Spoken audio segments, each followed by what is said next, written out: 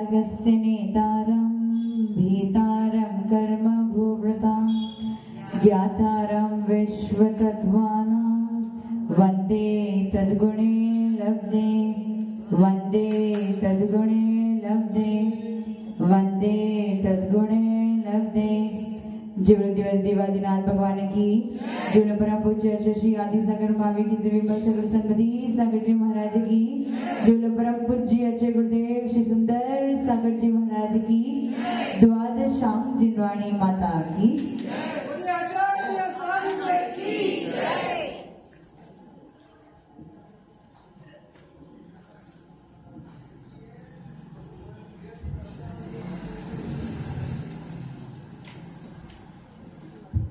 बिना लक्ष्य के जीवन उसी प्रकार से है जैसे बिना चमक के रतन। हमने अपना लक्ष्य निर्धारित करके रखा है। भैया इसकी आवाज ठीक कर दो थोड़ी।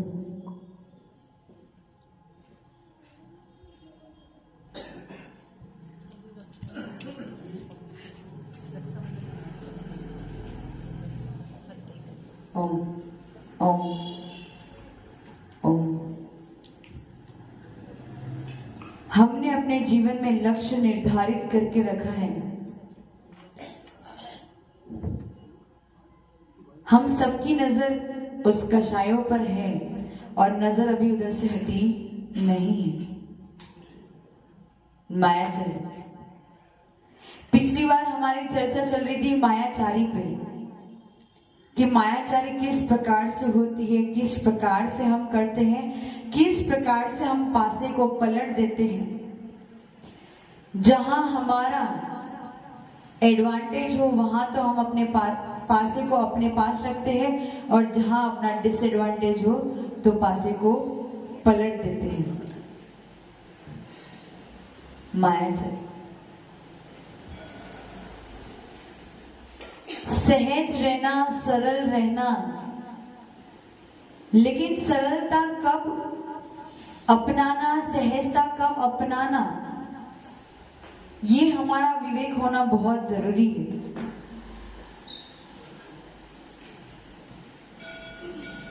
जहां उपयोगी हो वहां सहज और सरल बन के रहना और जहां हमारा उपयोग ना हो वहां कठोर बन के अथवा मायाचारी करना कोई बहुत बड़ी बात नहीं है।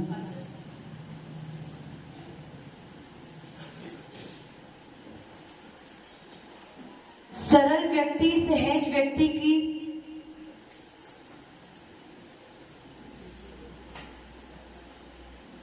हमेशा लोग फायदा उठाते हैं। तो बुद्धिशाली वो नहीं है कि हमें पता चले कि कोई व्यक्ति हमारा फायदा उठा रहा है और उसके बाद भी आप सरल और सहज बन के रहो। हम उसके लिए नहीं हैं। हम क्या है? आत्मा है और हमारे में अनंत शक्ति है। सरल रहना, सहज रहना सही बात है। मायाचारी से विपरीतता में रहना ये सही बात है, लेकिन उसका अर्थ ये नहीं है कि सरल वहां बन के बैठो जहां पे हमारा कोई भी किसी प्रकार से हमारी चलती ना हो। अगर हमें पता चलता है कि कोई व्यक्ति हमारे साथ में मायाचारी कर रहा है, कोई हमारा फायदा उठा रहा है, कोई हमें नुकसान पहुंचाने की कोशिश कर रहा है, अगर ये बात का पता हमें चल जाता है, उसके बाद भी अगर आप सरल और सहज बन के रहोगे तो इसमें कोई बहुत बड़ी बुद्धिमती की बात नहीं है। आप सोचोगे कि हाँ हम सरल है, हम सहज है, हम मायाचारी नहीं कर रहे, तो ये कोई बुद्धिशाली व्यक्ति की बात नहीं है, ये मूर्खपना है। क्या है? मूर्खपना है। इसलिए इस विवेक का उपयोग करना बहुत जरूरी है कि सहज और सरल रहना कहाँ है, कहाँ हमें मायाचारी नहीं करनी।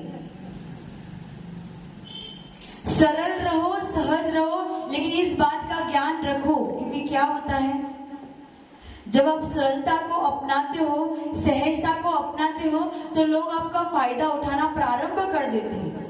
और जब लोग आपका फायदा उठाना प्रारंभ कर देते हैं और आपको पता चलता है कि ये व्यक्ति अमुक व्यक्ति हमारा फायदा उठा रहा है, हमारी सरलता का फायदा उठा रहे, तो आपका क्या होता है? विशुद्धि गिर जाती है, आपके परिणाम खराब हो जाते हैं। क्या हो जाते हैं? परिणाम खराब हो जाते हैं। पार्श्वनाथ भगवान पे कमठ ने बहुत बार उपसर्ग किया, लेकिन पार्श्वनाथ भगवान के जीव में इतनी सामर्थ्य थी, इतनी शक्ति थी कि उस कमठ का उपसर्ग वो सहन कर पाए। वो शांत चित्त होके ही उनके उपसर्गों को सहन कर सकता है। लेकिन जिनेंद्र भगवान ने एक और उपदेश ये दिया है कि ये क्या है? ये तो उस व्यक्ति के लिए उपदेश है जिसमें सामर्थ्य है, जिसमें शक्ति है कि वो उतना उपसर्ग सहन करके भी अपने परिणामों को निर्मल बना के रख सके, माध्यस्थ बना के रख सके। ये उत्कृष्ट उपदेश है। क्या है? उत्सर्ग उपदेश है। पर उपदेश सबके लिए एक समान नहीं होता, क्योंकि सारे जीव एक समान नहीं है। सब जीवों में शक्ति में किसी में हीनता होती है, किसी में ज्यादा होती है, किसी में मध्यम शक्ति होती है। तो उपदेश उसके अनुसार बदलता रहता है। अब आप सोचो कि आप में शक्ति तो है नहीं सहन करने की, सहनशीलता है क्या? नहीं। किसी ने एक बार धोखा दिया तो 10, 15, 20 दिन तक, 1 महीने तक, 6 महीने तक, 1 साल तक सोचते रहोगे कि इस व्यक्ति ने मुझे धोखा दिया, इस व्यक्ति ने मुझे धोखा दिया। उसका मतलब क्या? उसने तो धोखा दे दिया, उसने तो अपना काम कर दिया, लेकिन आप 1 साल तक उस गांठ को बांध के बैठ गए, 1 साल तक उसी बात को विचार रहे हो, 1 साल तक आपने अपनी विशुद्धि को गिरा दी। तो आप में सहनशीलता नहीं है, सामर्थ्यता नहीं है। क्या बोला? क्षमा वीरस्य भूषणम। क्षमा कौन कर सकता है? जो वीर हो, धीर हो। हम ऐसे वीर नहीं है, ऐसे धीर नहीं है कि किसी ने हमें धोखा कर दिया और तुरंत हमने उसे क्षमा कर दिया। इसलिए पहले अपनी पहचान करो कि आपकी सामर्थ्य कितनी है, कितनी सहनशीलता है। अगर आपको पता चलता है कि आप में सहनशीलता नहीं है, किसी ने एक बार धोखा दे दिया, आप में सहन करने की शक्ति नहीं है, पुनः पुनः उसी बात को विचारते रहते हो, और फिर भी आप सरल सहज हो, तो इस बात का ध्यान रखना कि सबसे इम्पोर्टेंट अगर जीवन में कुछ है तो सबसे इम्पोर्टेंट है मेरी आत्मा और मेरी आत्मा के परिणाम। क्या इम्पोर्टेंट है? मेरी आत्मा और मेरी आत्मा के परिणाम। क्योंकि आचार्य गुरुदेव ने उपदेश में एक दिन कहा था ना, एक अंतर्मुहूर्त में कितने कर्म ग्रहण किए? अनंत को गुणा करो युक्ता संख्यात से, युक्ता संख्यात को गुणा संख्यात से। एक अंतर्मुहूर्त में जब इतने कर्म ग्रहण कर लिए तो पूरे दिन भर में कितने करोगे, पूरे साल भर में कितने करोगे और पूरे जीवन भर में कितने करोगे। और अगर आप में सहनशीलता नहीं होगी, आप में बोलने की ताकत नहीं होगी, सामने प्रकट करने की ताकत नहीं होगी, तो क्या होगा? अंदर ही अंदर घुट जाओगे।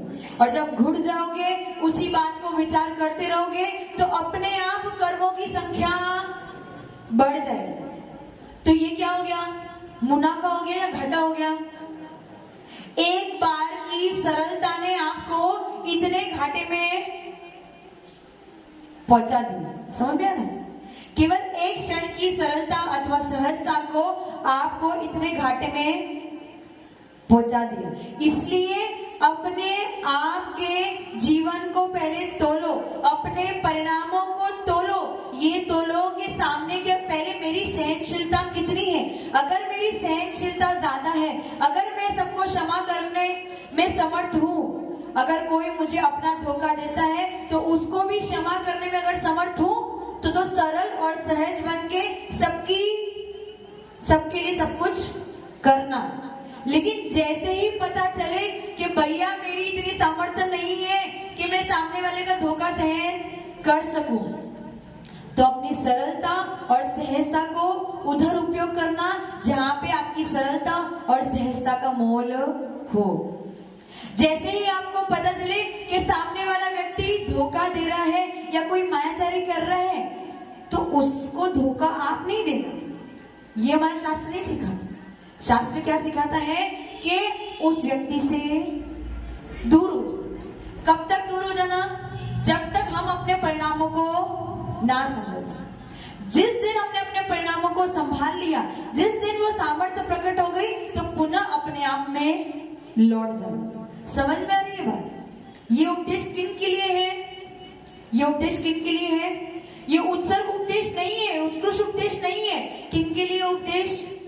ये उन जीवों के लिए है जो सरल है, सहज है। लेकिन जब कोई सामने वाला व्यक्ति धोखा देता है, उसका फायदा उठाता है, और जब उसके परिणाम उन्नति की जगह पे नीचे गिर जाते हैं, और जब वो कर्मों को ग्रहण करने लगता है, तब उसका ही घाटा होने लगता है। उस समय क्या करना चाहिए? अपने आप को बदल देना चाहिए। ये नहीं कह रही हूं कि मायाचारी करनी चाहिए, ये कह रही हूं कि निमित्त से दूर हो जाओ। क्या करो? निमित्त से दूर हो जाओ, क्योंकि कोई भी वस्तु को काम होने के लिए, यानी कोई भी काम होने के लिए कितने समवाय चाहिए? 5। 5 समवाय में एक निमित्त भी है। उस निमित्त से आप दूर हो जाओगे तो आपके परिणाम खराब होंगे क्या? नहीं होंगे। समझो, क्या परिवार में रह रहे हो, एक है देरानी और एक है जेठानी। अब देरानी बहुत सरल है, जेठानी थोड़ी सी मायाचारी करने वाली है। देरानी में इतनी सामर्थ्य नहीं है कि वो उसकी मायाचारी को झेल सके। अब दोनों साथ में रहेंगी तो क्या करेगी? एक तो कठोरता को अपनाएगी और एक सरलता। अब क्या होगा? क्या होगा? हमेशा वो जो देरानी होगी वो डिप्रेशन में रहेगी, अपने परिणाम को खराब करती रहेगी, लेकिन ये सोचेगी कि मैं मायाचारी नहीं कर रही, पर उसका मुनाफा हो रहा है, घाटा हो रहा है। क्यों? क्योंकि हर समय वो अनंत कर्मों को ग्रहण कर रही है। जेठानी भी अनंत कर्मों को ग्रहण कर रही होगी, लेकिन हमें तो अपने से मतलब है ना। सामने वाला व्यक्ति क्या कर रहा है उससे मतलब नहीं है। मुझे इतना पता होना चाहिए, हमारे में इतनी बुद्धिशालीपना होना चाहिए, इतनी बुद्धिमती होने चाहिए कि मुझे कहां तक कितना करना है, सामने वाला व्यक्ति क्या क्या कर रहा है, और अगर सामने वाले व्यक्ति के निमित्त से अगर मुझे मेरे परिणाम खराब हो रहे हैं, उन परिणामों को मैं नहीं संभाल पा रहा हूं, तो कुछ समय के लिए उस निमित्त से दूर हो। उसका अर्थ ये नहीं कि उससे झगड़ा कर लेना चाहिए। आप मेरे उपदेश को गलत नहीं समझना, आप इस बात की गहराई को समझो कि माताजी क्या कहने की कोशिश। पहले आप अपने आप को समझो कि आप अपने परिणाम को कितनी समय तक संभाल। जब आपको लगता है कि परिणाम अब बहुत ज्यादा बिगड़ चुके हैं, अब मेरे हाथ में नहीं है, तो उन निमित्तों से दूर। अच्छा, महाराज माता जी त्यागी व्रती क्या करते हैं? घर छोड़ देते, परिग्रह छोड़ देते। क्यों छोड़ देते हैं? आप लोग क्या कहते हो? आपको अगर परिग्रह छोड़ने को कहे, घर छोड़ने को कहे, तो आप लोग क्या कहोगे? माता जी घर पे रह के भी धर्म, यही तो कहते हो ना, यही तो कहते हो। लेकिन महाराज माता जी ने, त्यागी व्रती ने, जिन्होंने घर बार को छोड़ दिया है, परिग्रह को छोड़ दिया है, क्यों छोड़ा है? क्योंकि वो इस बात को भली भांति जानते हैं कि ऐसे निमित्त जो हमारे बुद्धि को विकार रूप में परिणत कर दे, ऐसे निमित्तों से दूर ही रहना अच्छा है। अब आप तो देखो यहाँ बैठे हो, प्रवचन सुन रहे हो, लेकिन कहीं ना कहीं आपका उपयोग घर की तरफ है कि नहीं है? कि घर पे जाके ये बनाना है, ये करना है, उसके लिए ये करना है, उसके लिए ये करना है, आदि आदि। और पुरुषों के लिए शॉप पे जाना है, आज इसका वो दाम है, आज इसका ये दाम है, आदि आदि। कितनी सारे विकल्प आपके मन में चलते हैं। और हमने क्या किया? घर को छोड़ दिया, शॉप को छोड़ दिया, व्यवसाय छोड़ दिया, परिवार छोड़ दिया, परिग्रह छोड़ दिया। अब उसका कोई विकल्प रहा क्या? जब अब उसका कोई विकल्प नहीं रहा, तो हमारा जितना समय शेष बचा वो किसके लिए है? धर्म के लिए, अपने लिए, देव, शास्त्र, गुरु के लिए। तो समझ गए हमने क्या किया? निमित्तों को दूर कर दिया। क्योंकि अभी जब तक हम शक्तिहीन है, सामर्थ्यशाली नहीं है, निमित्तों में अभी भी वो ताकत है कि हमारे बुद्धि को भ्रष्ट कर दे। आपको समझ में आ रहा है? 6 आयतन किसे कहते हैं? सच्चे देव शास्त्र गुरु और सच्चे देव शास्त्र गुरु को मानने वाले। और अनायतन किसे कहते हैं? कुदेव कुशास्त्र कुगुरु और उनको मानने वाले। अब ऐसा कहा गया है कि अनायतन से दूर रहो, उनकी संगति मत करो। क्यों? क्योंकि उनकी संगति करोगे तो वो आपके मन में, आपके कानों में ऐसी बात भर देंगे जिससे आपकी बुद्धि भ्रष्ट हो जाएगी। तो वो क्या है? वो भी निमित्त ही है। वो क्या है? निमित्त ही है। इसलिए सर्वप्रथम उपदेश आपको क्या दिया गया कि अनायतन को छोड़ो और आयतन के पास रहो। अगर गलत संगति को छोड़ दोगे, ऐसी निमित्तों को छोड़ दोगे तो आपकी बुद्धि भ्रष्ट। इसलिए इस बातों पे ध्यान दो। अगर आप सोचो, देखो आपके लिए तो उपदेश है, लेकिन अगर कोई अनायतन हमारे पास आके खड़ा हो जाए तो भी हमारी बुद्धि भ्रष्ट। उसका मतलब क्या हुआ कि अब हम इतने शक्तिशाली हो चुके हैं, हमारी श्रद्धा इतनी दृढ़ हो चुकी है, हम इतने सामर्थ्यवान हो चुके हैं कि अब कितने भी अनायतन, अगर हम अकेले भी खड़े हो और लाखों अनायतन खड़े हो हमारे सामने, उसके बाद भी हमारी श्रद्धा दृढ़ रहेगी। उसका मतलब क्या कि हमने अपनी आत्मा को ऐसा टटोला है, अपने परिणामों को ऐसा टटोला है, हमने अपनी श्रद्धा को इतना दृढ़ बनाया है कि लाखों क्या करोड़ों अनायतन हमारे सामने आके खड़े भी हो जाए, करोड़ों लोग हमारे सामने आके ये कह दे कि जिनेंद्र भगवान ने ये बात गलत की दी है, तो हम करोड़ों लोगों के सामने हम अकेले ही उत्तर देने के लिए खड़े। क्यों? क्योंकि हमारी श्रद्धा मजबूत है। पहले अपने परिणामों को, अपनी श्रद्धा को, अपनी आत्मा को टटोलो कि आप कितने सामर्थ्यशाली हो, आप कितने शक्तिशाली हो, आप में कितनी शक्तिहीनता है, आप में कितनी विवेकहीनता है। उसके बाद में अपने जीवन को जीना प्रारंभ करो, तब आपको पता चलेगा कि हम सही मार्ग पे जा रहे हैं अथवा नहीं जा रहे। नहीं तो ऐसा होगा कि एक समय की सरलता, एक समय की सहजता आपको संसार में डुबा दे। इस बात का मोल जो है कोई मूर्ख व्यक्ति नहीं कर सकता। समझ में आ रहा है? क्योंकि फायदा, सौदा और घाटा, अपने जीवन में कितना फायदा हो रहा है, कितना सौदा हो रहा है, कितना घाटा हो रहा है, इस बात का माप केवल अपने पास है, किसी और के पास नहीं।